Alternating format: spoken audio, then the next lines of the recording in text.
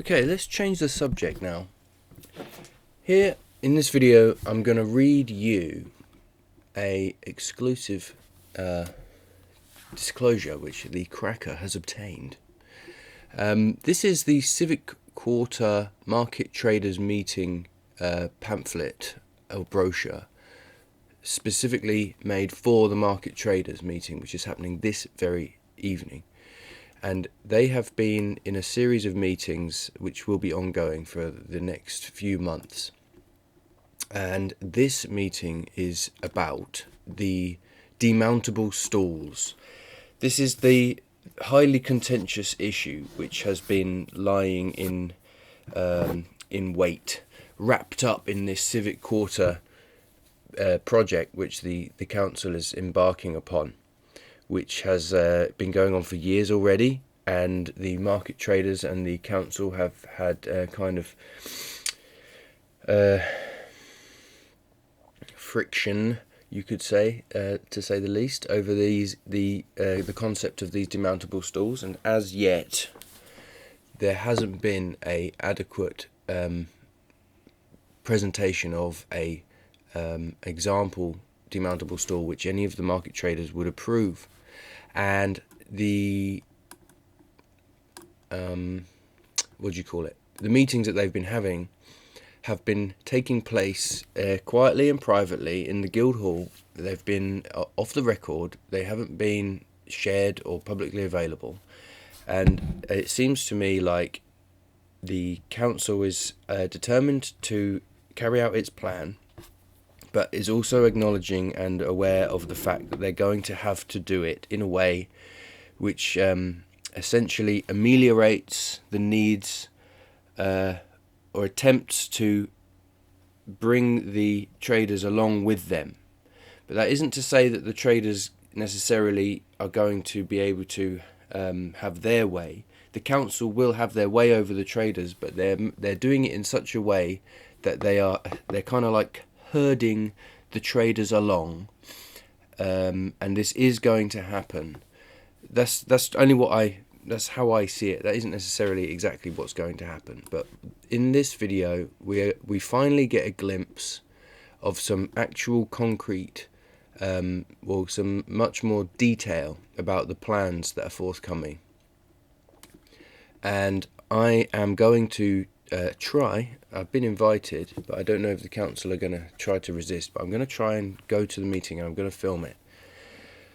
But then I just managed to get my hands on this document, and I have a little bit of time left, and this is a very revealing document, and it raises questions. It does answer some questions, but then it leaves other areas wide open. And so maybe we'll get some answers later on at the meeting, although I'm not going to be allowed to speak or ask questions. I'm just going to go and watch. But for now, let's just familiarise ourselves with what's going on. Alright, so without going too far into the background of this thing, which goes on for years by the way, let's just focus on this document here. It's called Cambridge Civic Quarter Market Traders Meeting 2 Demountable Stalls. It's by Cartwright Pickard, who are the firm who are doing this Civic Quarter work. Contents. Here we have the contents. Meeting focus, aims and objectives. Number 1 is focus, aims and objectives. Number 2 is the project update. And then we have the section about demountable stalls. Introduction. Calming nerves and being clear. Listening to traders. The market through the week. Summary of demountable options. Option 1, option 2, option 3, option 4, option 5, and then next steps. So here we have focus, aims and objectives. Here is a quote. I assume it's from Simon Smith, because his name is underneath it. We remain committed to working together with market traders to achieve a way that has minimal impact on traders, whilst we progress our ambition for a 21st century civic quarter with a modern, accessible 7-day market. Councillor Smith is the Executive Councillor for Finance and Resources. Councillor Rosie Moore is the Executive Councillor for Climate Action and Environment. Meeting focus. The purpose of this document and market traders meeting is to focus on the potential demountable stall products available for use on the market. This session will solely look at demountable products, with future sessions as outlined below, allowing other important parts of the design to be discussed. So these are just options at this stage, and I would like to just point out again, no actual demountable stall has yet to be presented, so we are finally getting to some detail. Meetings, aims and outcomes. The aim of the meeting is to review products available and obtain a steer from the market traders as to which products they would like to review in person and to be tested further to confirm suitability. We would like to get to a point where products can be viewed on other markets or erected on Cambridge Market and tested by traders themselves. A feedback form is provided with this document and can also be completed online using the QR code opposite. We would like traders' feedback on the demountable stalls shown below. Then we just have an update of the overall project and its timeline. Program. The following pages outline the wider Stage 3 program and where the engagement with market traders is currently focused. We have also outlined the focus of future sessions to demonstrate that the engagement will be continuous and there will be future opportunities to discuss other areas of the market design. Just make sure this is still recording. Yes. The Council is committed to working closely with the market traders as plans progress. The market will continue to trade throughout the construction works, and the Council will work with traders to find the best location for a temporary decant. I don't understand their use of the word decant. They use it several times throughout here, but I guess they're referring to the where they're going to be put whilst the actual market square itself is under construction. And then you have a timeline here. We're in February. As you can see, we're in Stage 3 design. Stage 3 detailed design development and business plan development is still ongoing. The contractor procurement is still going.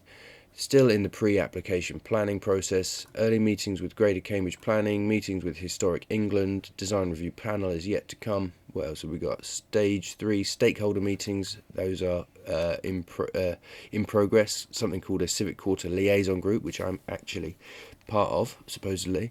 One because I'm a tenant of the Guildhall. Market traders meetings. There they are. They're coming. There's one in January, February, March, 2 in May, 1 in June, 1 in July, August, and then September. Anyway, and then you're going to have a public engagement in May and June. Stage 3 detailed design refinement later on in the year, and this is all going to be culminating, they hope, in listing of the application at the end of October. Alright, and I just say that's quite a smart way of laying out a complicated process like this, so it's quite easy for me to understand. So here we are at the 19th of February talking about the demountable stalls. So the introduction to demountable stalls, and there is the overview, the top-down plan of how they envision the market square after this work is complete. On the left here you have the Guildhall outline, and on the right you have there's Rose Crescent, and if you went up that would be towards King's Parade and Trinity Street. See, they've got lots of nice greenery around here. They've planted things. This little line here is going to be a water course, I think. Something to do with maybe like re-establishing the Hobson Conduit, maybe. I don't know. That blue circle, I think, is where the fountain is going to be moved to. I'm not sure. But anyway, here's the point of contention here. These blocks are supposed to be demountable stalls. Each one would be able to be taken away and put up as needed.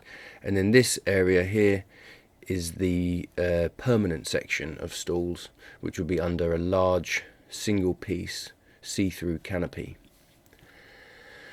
And all of these little black spots, I presume, are people milling around thinking what a wonderful place Cambridge is. Stage 2, indicative market layout. So this is where we're at currently. The following pages explore the different demountable stall options commercially available, but before reviewing those, we'd like to explain the reasons for reviewing these options. Why demountable stalls?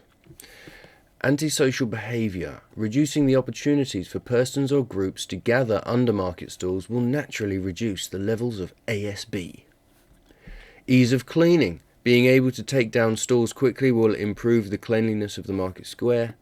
Concentration of market activity, creating a lively and bustling environment. The use for demountable stalls will allow traders to be grouped together at all times. Creation of open space when not being used by the market to help create a heart to the civic quarter that can be used by all residents of and visitors to Cambridge. The ability to hold events adds additional flexibility to the space, making it more resilient for the future. I'm just going to step aside here and make a few comments, because this has obviously been the subject of much speculation over the last few years, and some conversations that I've had, and I just want to maybe highlight some of the criticisms of these points, or some of the points maybe where they could be questioned, or potentially might not actually work, and then again we can just speculate as to the further reasoning and ambition behind this project. So first of all, antisocial behaviour. There have been some fairly horrific incidents happen on the market, and actually quite recently as well, which I won't go into the details of. And of course there's the sort of slovenliness, the rundownness, the shabbiness, and just the dark and dinginess. Although I have to say, from my point of view, I like going and sitting and having a burger after a night out in the stalls. I suppose we'll still be able to do that here, but there have been times in the past I've known there was some homeless people sort of pitched up there using heroin, which isn't great. And in general, it's just a kind of a dark sort of recess where things could happen. But the absence of that doesn't eliminate social behaviour, antisocial behaviour. Of course, it would just mean that it would take place somewhere else, and ultimately the answer to having a well-kept market, or well-kept anything, is to have more personnel and more paid manpower, people patrolling, or people there for whatever reason. And the shabbiness and the cleanliness of it is obviously only going to be answered by people being paid to keep it clean, which is a completely different topic. Ease of cleaning. Here, that's where that touches on. Ease of cleaning. Being able to take down stalls quickly will improve the cleanliness of the market. That isn't a fact of life, and the taking down of the stalls would be quite a laborious process on its own. So the shabbiness of the market now could easily be the same shabbiness of the market in years to come, with or without demountable stalls, because the shabbiness is not anything to do with the stalls themselves. It's about how the market is managed and how it's kept. And anyway, so concentration of market activity, creating a lively and bustling environment. Use of demountable stalls will allow traders to be grouped together at all times. You know, if that's necessarily what they actually want, or if that's what the market really needs, you'll have like one whole half of this thing like just open, and then they'll be clustered together here under this canopy. And you understand the thinking behind it, but is this really what permanent market traders need or want? And bearing in mind that a lot of the longer term traders have been trading over on this corner here, or over here on this side, or over here, and actually they are spaced out, and they've built up their stalls, kind of custom built them over years. Anyway, so this is all part of the problem that the traders are foreseeing coming down the road. Creation of open space. Now this is where we can speculate, because I'm curious about this. Creation of open space and the ability to hold events.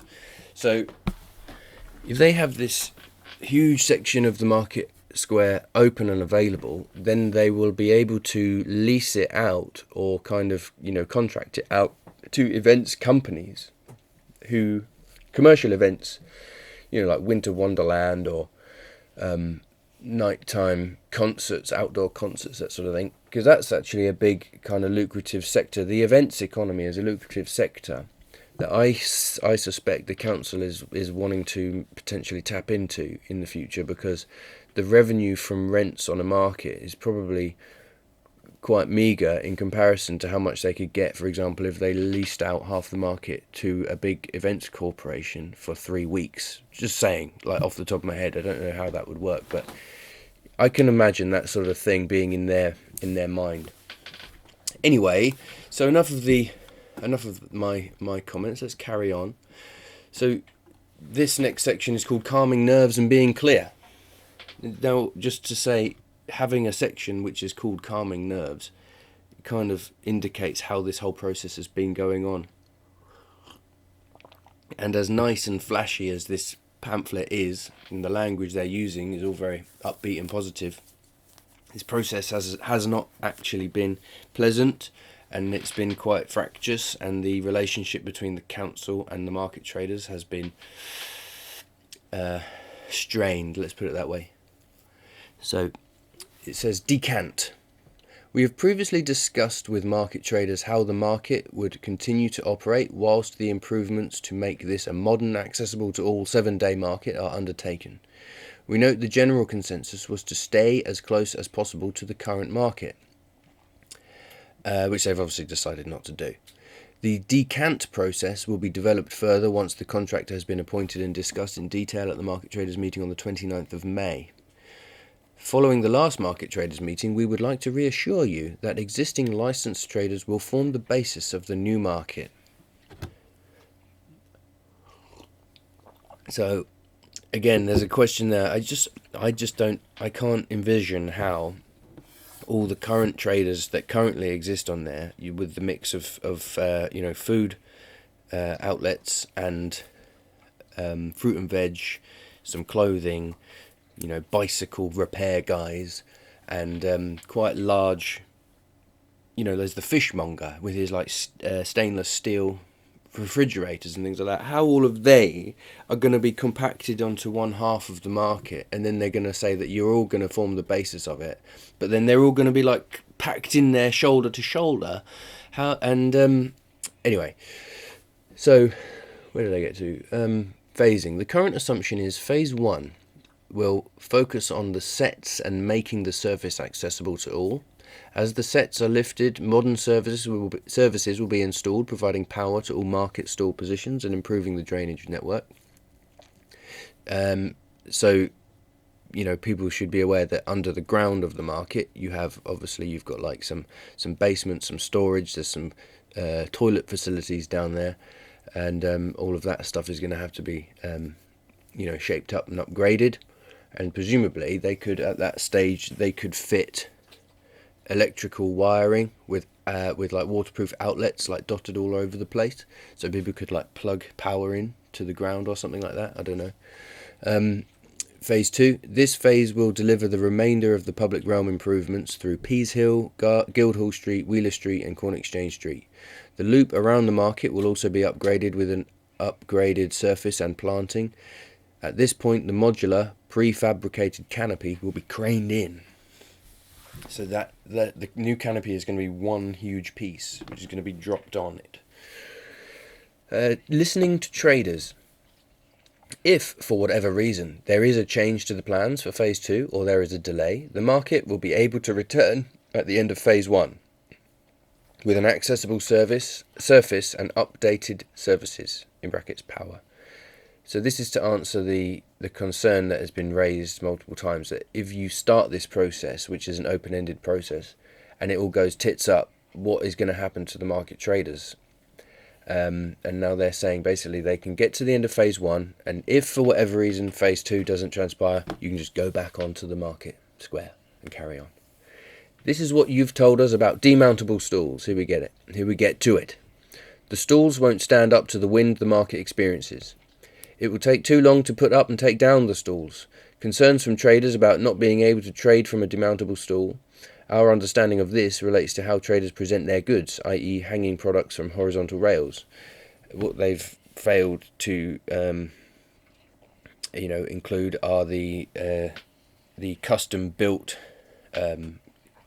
devices which some of the traders have got. For example, the fishmonger, or the guys selling nuts and olives and that sort of thing, they have big, large cabinets which rest on top of these robust stands. The robustness of stalls in order to display heavy goods. That's what I was just talking about. When assessing the stalls presented on the following pages, we have taken on board these concerns and have used them to assess whether the products available are suitable for use on Cambridge market. And now here we go. Drum roll, please. Oh, no, one more page. Here we go. So this is what the market would look like, what they call the flexible market. On Monday and Tuesday, it will look like this. Everyone will be under the canopy and there will be no stalls out. Monday and Tuesday are the quietest days, and this may result in no demountable stalls being used. Approach to flexibility. The plans above show how the market could flex across the week. The current proposal is for the market to grow through the week, being compact at the start and at full capacity come Friday and the weekend. So here's Monday and Tuesday. And then on Wednesday and Thursday, you've got a few stalls out, 2 rows of stalls. And then on Friday, Saturday, Sunday, you have the full market. And they have a little table here which shows you currently how many out of the 99 stalls do get used throughout the week. And so on a Monday it's 30 to 40 or 50.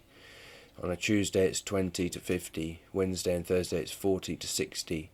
On Thursday it's 50 to 70. On Friday it's 60 to 75. And it's only really on Saturday that it really gets fully used in the summer. But anyway, this is where, and I think that they kind of seem to be glazing over this, the ramifications and the implications of this is that actually who is going to set up and take down the stalls? Because currently you don't have to do that. The market traders come along and they pitch up in the kind of skeleton framework which is already there and doesn't move.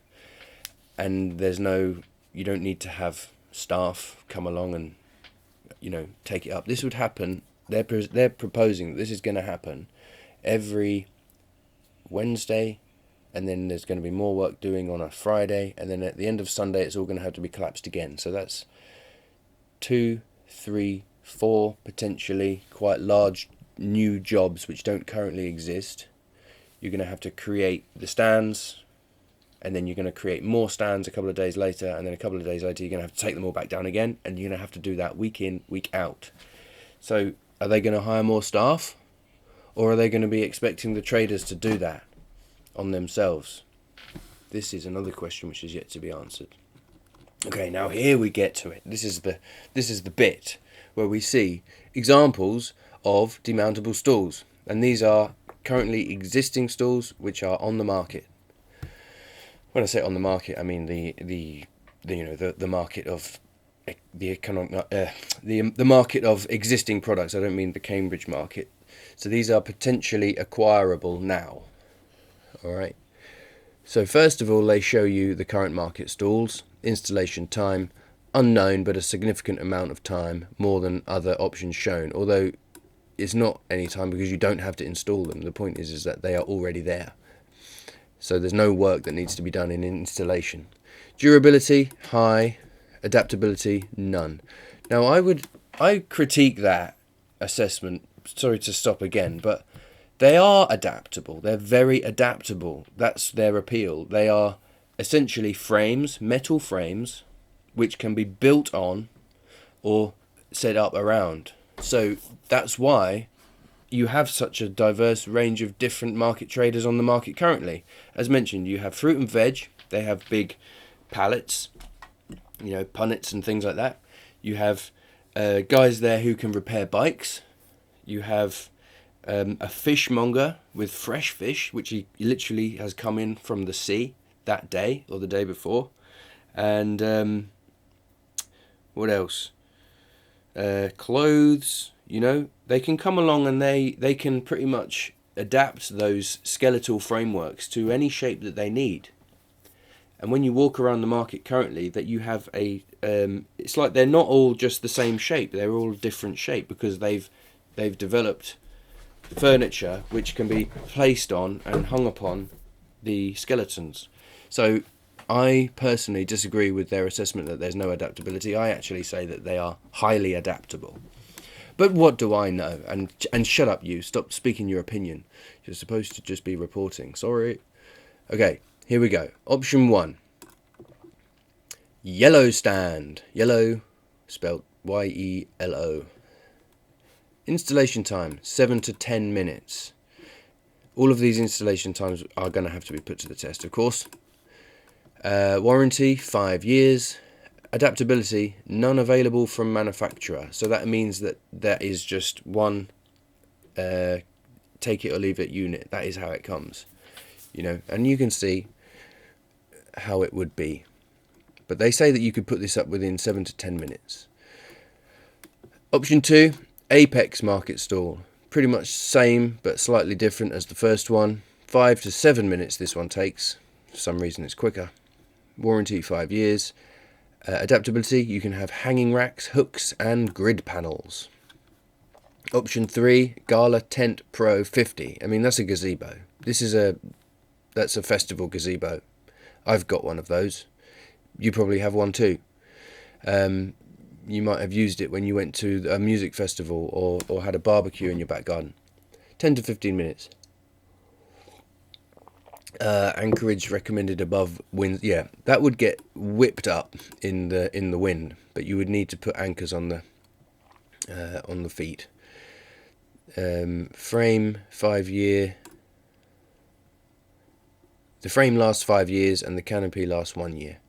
And you can add additional support bars if you want. Option 4, LP tent CO. And that's basically the same as the last one. It just has one side of it covered up with a, flapping bit. Again, this is the same. That's a gazebo, I'm pretty sure. That's like a festival gazebo. I don't know what they're talking about. This says it can stand at winds of up to 100 kilometers an hour. I mean, let's put that to the test. You can have tension bars and support bars. And then this one, same exact thing, but with the photo of it from a different angle, seemingly. Anyway, let's move on here. It says modular with gutters, tension and support bars, cable routing system, and a canopy extension. I'm struggling to see the difference between option 4 and 5. Now, I just want to point out something as well here. You may have noticed you've got option 1, 2, 3, 4, and 5. The current market stalls is not displayed as an option. So that is not an option, apparently, according to this pamphlet. You have to choose option 1, 2, 3, 4, or 5. You can't choose to have the current market stalls. You're just not allowed. Alright, now we look into some closer detail. This is what they look like up close. Supposedly you're going to be able to... This is the stall as it is dismantled. And supposedly they say that you could turn it from this into this and then into this within 7 to 10 minutes. I mean, we need to have some fun and games over this. That we should have a market sort of festival where we, like a tournament or something. Who can put it up and take it down the fastest and without like trapping their finger or something like that. Because I find that 7 to 10 minute claim highly suspect, if you ask me. And then, of course, as well, now let's just refer back. We've got 7 to 10 minutes, 1 to 2 people for one of these. Let's go up here and look back at the... So you would have... What are these? How many of these are there? 1, 2, 3, 4, 5, 6, 7, 8, 9, 10, 11, 12, 13, 14, 15. I think... Are they each of those 1, or is 4 of those 1? Anyway, so you'd have 1, 2, 3, 4, 5, 6, 7, 8, 9, 10, 11, 12, 13, 14, 15. Let's just say 15 for the sake of argument. So, let me just refer to my handy calculator, because I don't want to strain myself, do I? 15 times 7 is 105 minutes. So... By their calculations, it would take at least 105 minutes. That's more than an hour and a half for 2 people. So again, it goes back to the question of staffing and who's going to be putting these up. Are the traders going to be expected to put them up as part of their pitch? It's their responsibility to put the things up and take them down, or is there going to be an actual market workforce that can come along and do all of this? Pop, pop, pop, pop, pop. Because if it was going to take less than an hour, you'd need 4 or 5 people doing it, and they'd have to get really good at doing it to do it within the time frame. If you had only a couple of people there, it would take them 2 or 3 hours to do all of that. And again, if you're suggesting to people that this is going to happen 3 or 4 times every week, it completely changes the functionality of the market. And this is where I think the councils seem to be blinkered, and in my opinion, the more grounded reality of market traders' concerns are more compelling to me. I listen to the traders because they know what they're talking about. I'm also a human being, and I can kind of imagine what it would be like to put one of these up and take it down. And it's just going to completely change the nature of what being a market trader is. And then if it's going to be done in-house, as it were, by a dedicated workforce, then you're going to have to pay the workforce. Is that on the plans? These questions have yet to be answered. Now here we have an example of the Apex market stall in use. You know, it's not bad. It's not a bad looking market stall. You know, look, they're using them over there. They're using them over there. They're using them over there. This one's even got grid panels attached to it. So you can use it genuinely as a market stall. So no one's saying that you can't do it. I think that the market traders are just saying, how are you going to do it? Are you going to make us do it, or are you going to do it?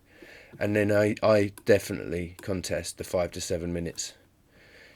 You would have to be doing that every day. You would be getting really good at that. But to start off with, that's going to be difficult. Look at the size of it. Anyway. And then there's option 3. This is a gazebo. These are available. You can buy them from Homebase or B&Q or Argos. You get different sturdiness ones. You can get really big ones. I was at a mate's wedding over in October, and they had a huge one, and it took like 4 of us to take it down. But you know, they do exist. 10 to 15 minutes assembly time, including attaching walls and weights. That's with 2 people, and then you need to have anchorage on the feet to stop it from being whipped up by the wind. It's good in certain times and in certain places, and I just think I can see why the traders are kind of pushing back against this, because it would be a downgrade from what they currently enjoy. You're asking the market traders to downgrade themselves. And who's going to want to do that? Here's another one. This is in at Alnwick, and here's one operating in France. And then there's Alnwick again from another. Now, this is what I would consider like a bank holiday market, something like that. Like in St. Ives, they have the market. It comes and goes. It pops up. It disappears on a Monday, and on a bank holiday. But again, it's just it's contestable. It's refutable, and the market traders have been doing their level best to try to get it into the minds of the councillors who are pushing for this thing. They're determined to make the flexible stall idea work, and I do suspect that it's because they want to have events companies come in, or they might even just want to strangle the market because they don't like people. But that's a cynical approach. Here's demountable stall number 5. It's just all different versions of the same thing. These are like festival gazebos, temporary pop-up stands, and things like that. So it can work. It can be made to work. Let's not poo-poo the idea completely. I'm trying to sort of extrapolate the kind of underlying motives and the deeper meaning behind what is actually going on amongst all of these things. And why would the council be so determined to do this when they could just refurbish the market that currently exists?